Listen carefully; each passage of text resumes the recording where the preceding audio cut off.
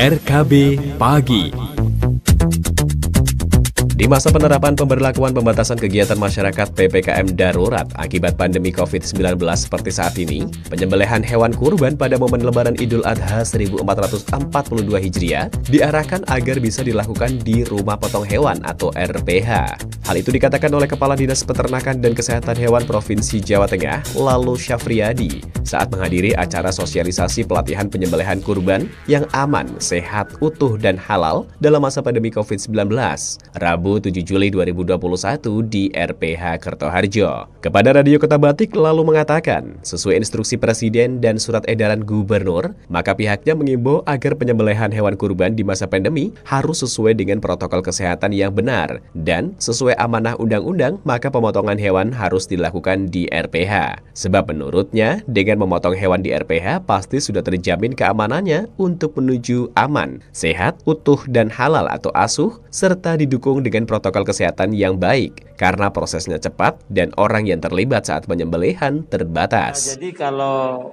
himbauan kami dari pemerintah ada banyak hal. Yang pertama, ini ada instruksi Presiden tentang pandemi COVID, PPKM darurat. Kemudian ada SE Gubernur, instruksi Gubernur juga ada. Kemudian kita dengar ada surat edaran Wali Kota Pekalongan agar kita betul-betul dalam rangka PPKM ini menerapkan protokol kesehatan secara benar. Itu pun kita harus melaksanakan di dalam kegiatan hewan kurban besoknya. Kalau hewan kurban itu juga berdasarkan surat edaran Dirjen Peternakan dan Kesehatan Hewan Kementerian Pertanian serta surat edaran Menteri Agama itu agar pemotongan hewan itu dilaksanakan di rumah potong hewan. Karena itu sesuai dengan undang-undang. Di undang-undang disebutkan bahwa pemotongan hewan itu harus dilaksanakan di rumah potong hewan. Sementara itu, Kabid Peternakan dan Kesehatan Hewan pada Dinurpa Kota Pekalongan, Ilena Palupi menjelaskan, untuk menghadapi momen Idul Adha, 2 RPH sudah disiapkan, yakni RPH Kertoharjo dan RPH Kuripan. Menurutnya, untuk bisa memotong hewan kurban di RPH, diharapkan masyarakat mendaftar lebih dulu, agar Dinperpa bisa mengatur jadwal pemotongannya agar tidak terjadi kerumunan. Pertanian dan pangan di bidang kami, bidang peternakan dan kesehatan hewan,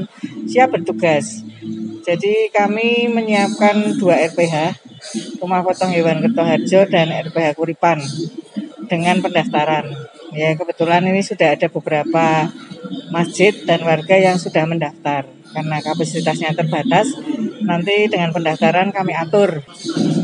Kalau di RPH Kertoharjo itu untuk shift pagi 8 ekor. Setelah pagi bisa 4 ekor.